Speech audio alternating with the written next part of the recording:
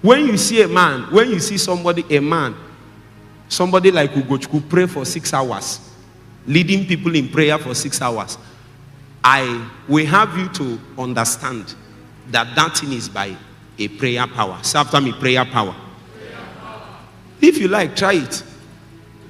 Somebody said that this thing these people are doing, that they are learning tongues. They are learning this thing. They will now be doing shalala. The man was doing shalala. You know, you can do it for 1 hour.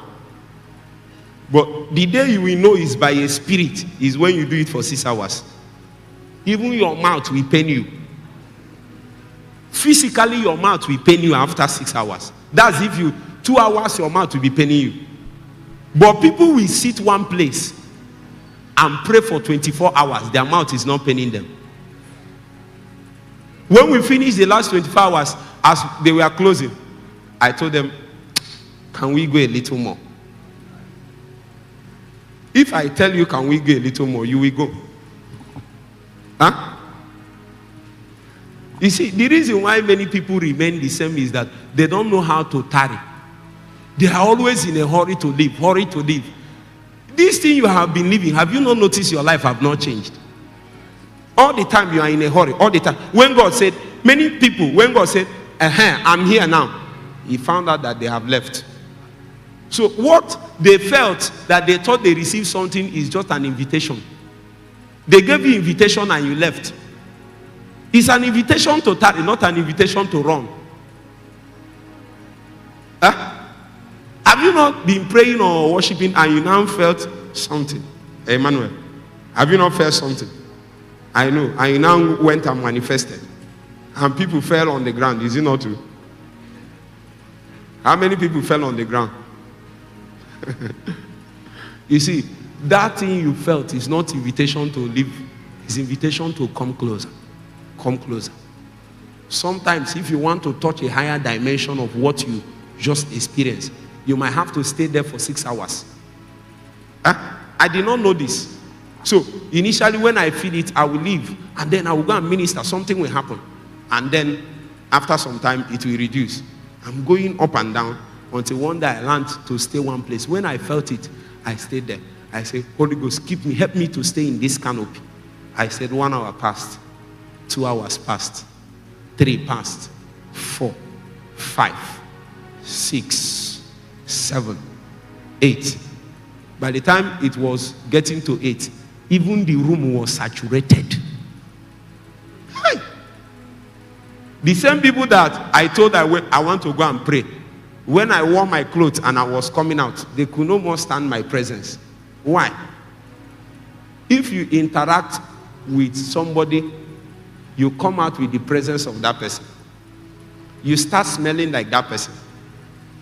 And the more you stay with that person, the more you are able to trap what you experienced in that place. So Jesus will tell you, tarry. He didn't say for 2 hours. He said, tarry until. Turn to your neighbor, say, tarry until. How many hours? How many days? How many months? How many years? So you that is coming and going, where did you see the instruction from? That's why your life is like this. Satan knows that the noise in our soul is too much, that we cannot stay and quieting it down, so that God will begin to work. It is when you come to the still waters that a measure of the glory of God will begin to come upon you. Something that can soak itself into the clothing that you are wearing. Something that you can bring and touch something like this, and another man cannot touch it.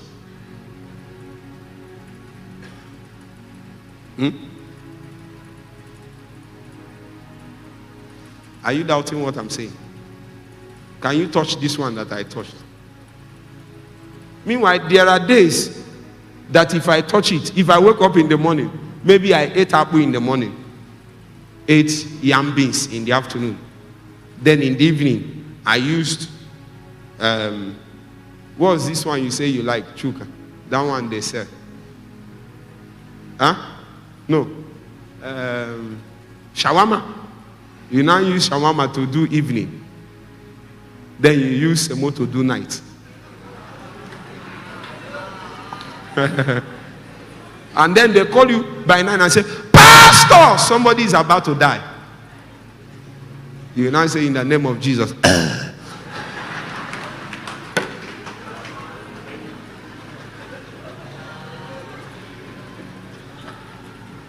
Oh, guy, you are in the barracks, so you have to realize. In the barracks, we sleep with our eyes open. I'm not saying you should not rest, but you should rest in such a way that you can be summoned to action anytime. When they wake you from the sleep and say, somebody is about to die, like Jesus, you say, peace, be still.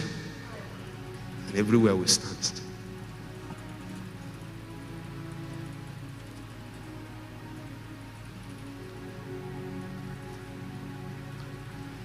As I'm speaking, angels are descending.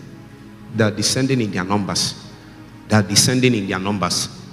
They are descending in their numbers. They are descending. Some of you will go back with some of those angels. I mean, they will go back with you. Because God will bring many of you into the prayer ministry. No, prayer is beyond a commandment, a facility to build yourself as a believer. Prayer is also a ministry. And when a man has a prayer ministry, one of the first signs that you have been inducted into the prayer ministry is that you must have a prayer angel. It's a must. And I can tell you 3 things that those prayer angels will do. But that's not my business. If you will go back and remain consistent in keeping the altar of prayer that others will come and pray with you, people will come and pray with you, then you need a prayer angel to go back with you. Sometimes when that prayer angel is around, when you tell people to pray, if I tell you to pray and we are praying, what we notice is that some of them they will carry liquid. They will carry liquid and be given to people. They will be drinking. Once you drink it, you start praying, you cannot explain it. You drank something. That's what my brother Lawrence Oyo calls bowls of fire. That is how you see it. When you drink it, you start praying as if when you leave that meeting, you become normal. How many of you have tried it? You now went inside your room. You wanted to do bowl of fire. It did not work. I say you went to a meeting where prayer angels feed everywhere. And before you know it, they began to give you drink. Suddenly your posture will be mutated. Somebody will keep his eye like this.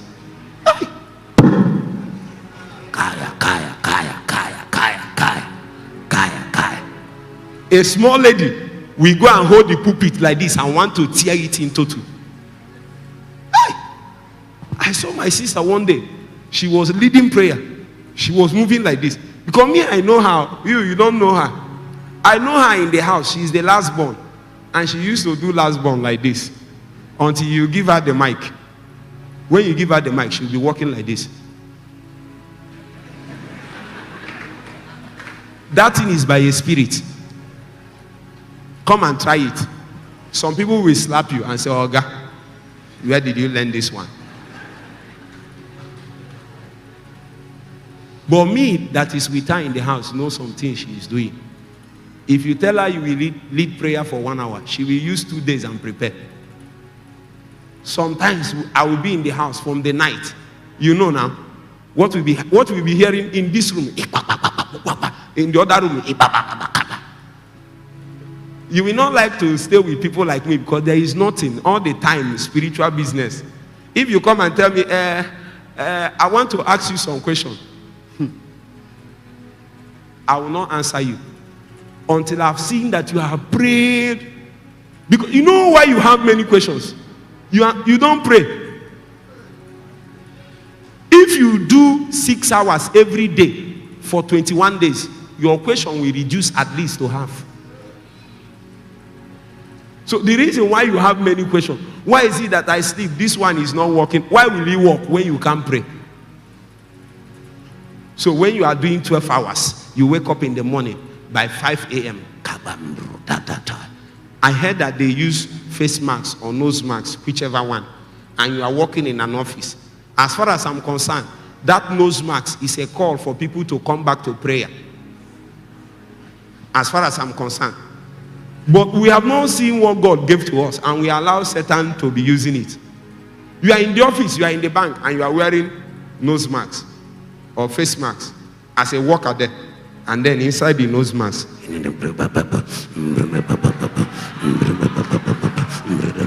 but you are wearing what? If 1 million believers in Nigeria will do this 2 hours in their workplace with their nose mask, Satan will remove that nose mask by himself.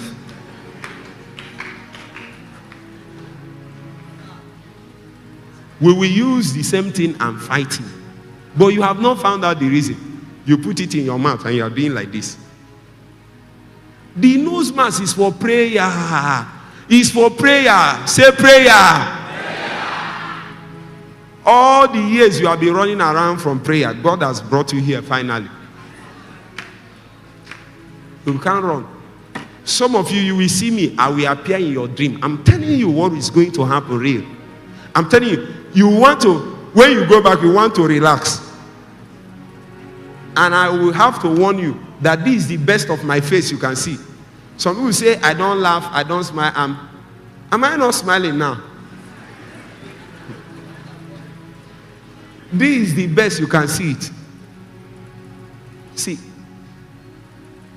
Mike, I don't like this you now. The one I like is still in the future. The one captured in the volume of the books. That's why we tarry. Anything that you leave less than it is a disappointment as far as heaven is concerned. I want to bring you people help today. Many of us would have remained the way we are, except that we touched the power of God. And there is something I've also found out, that there are intensities of the work of the Spirit in a man's life. So if you touch the first layer and you camp there, very soon you will notice that the challenges coming around you is so much that what you have cannot answer to them. Very soon you will notice that the people coming to you now are no more people with headache. They are people with cripples. We are having service and a lady want to die before us. What do you do to that one? You will have to find a solution to it. Somebody will chat you from South Africa, Zimbabwe, and tell you that COVID-19 is killing them now. What are you going to do? I will pick up the phone and I will just a voice note. You devil of darkness, I charge you, live that life now. I know you know my name.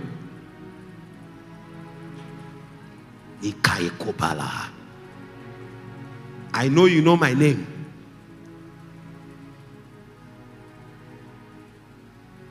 Anybody here that is suffering an affliction that is as a result of the arrow of the enemy, we uproot it now and send it back to sender.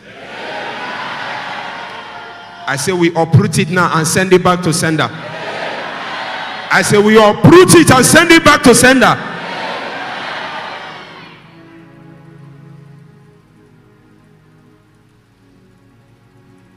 So these are the witnesses of, and it is important that everybody is witnesses of. But there is witnesses unto. And the witnesses unto is what only power can make a man into. So people begin to tell a story of, I have seen people tell the story of,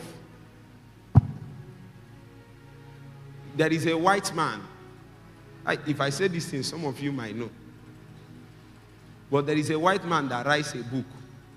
And the man is very graced and anointed. And his job is to chronicle what generals have done. That one you are thinking. That's the one. I did not call the name. But what is there is witnesses of. There is no power in the pages. When you read men like Leonard Ravenhill, you will run into fasting and prayer.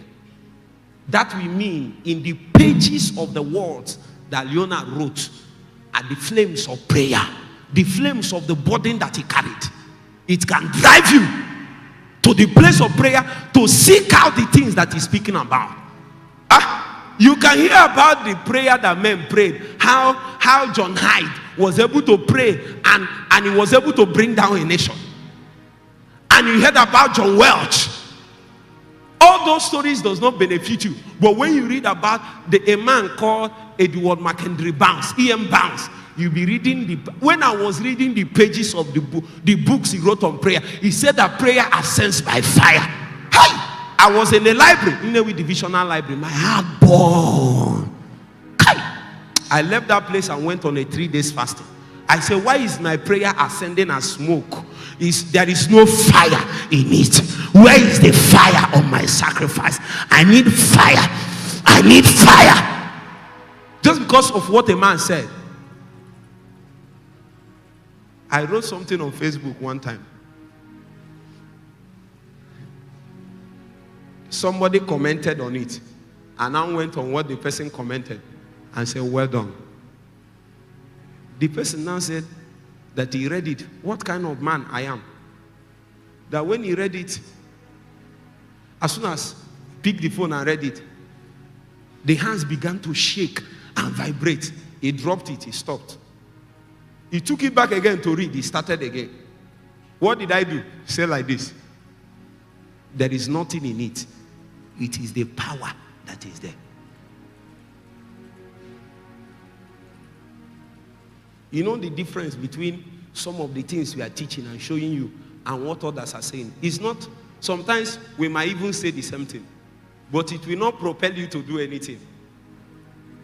People are tired of hearing and hearing, and there is no energy to take them to where they are going. But you cannot hear my voice and stay still. Huh? When I speak, all the warriors will be awoken. The mighty men will arise and take their bow. They will take their tangent. They are marching orders coming from Zion. Oh, Bakaya, this. Let me show you something small before we fly.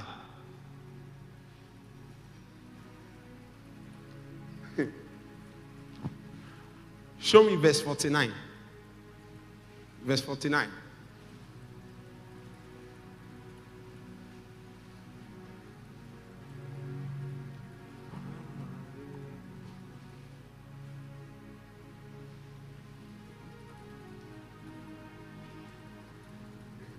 And behold, I send the promise of my Father upon you.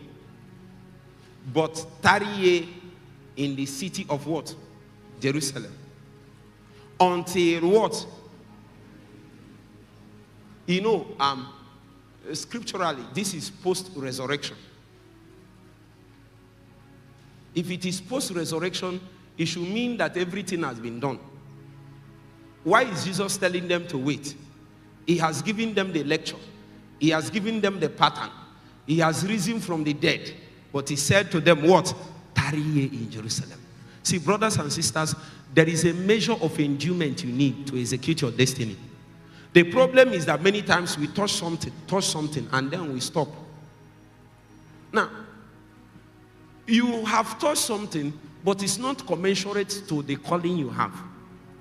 And you can only be a witness unto Jesus by your calling when you have laid hold on that measure and dimension of power it takes to witness Jesus in that manner. Are you with me? If you are with me, say amen. Amen. See, Jesus wants you to bear a witness of holiness.